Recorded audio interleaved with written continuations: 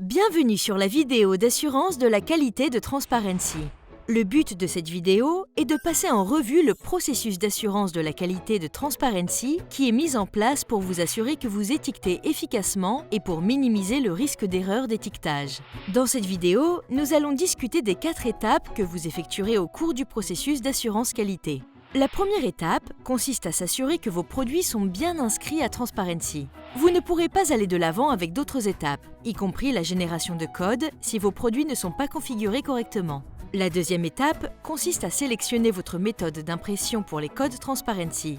Cette étape est cruciale car elle définit votre flux de travail opérationnel. L'étape suivante consiste à sélectionner le type d'étiquette Transparency qui sera apposé à vos produits. Enfin, vous soumettrez une procédure opérationnelle normalisée, ou SOP, dûment remplie définissant la façon dont l'étiquetage sera effectué. Le SPO servira de guide à toute personne responsable de l'étiquetage. Suivez la première étape en inscrivant vos produits à Transparency.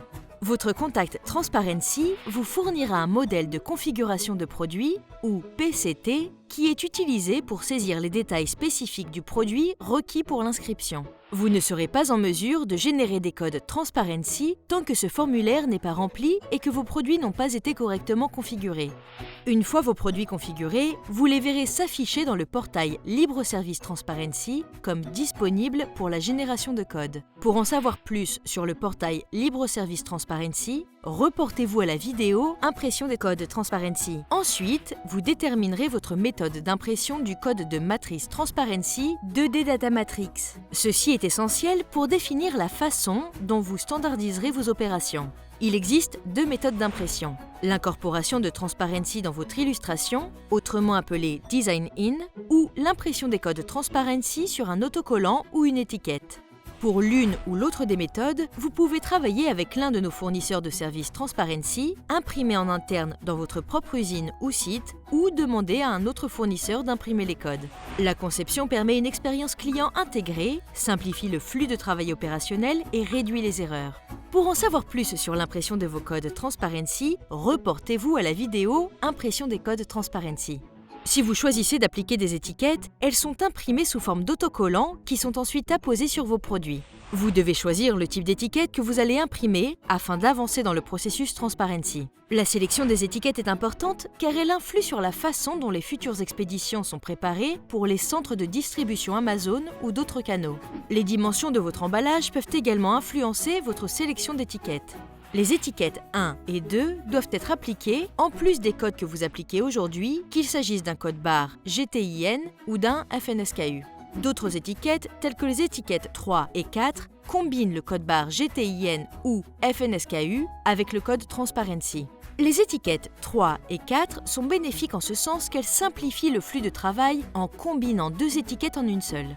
Combiner le GTIN avec le code Transparency fonctionne mieux si vous utilisez un GTIN comme autocollant sur votre inventaire.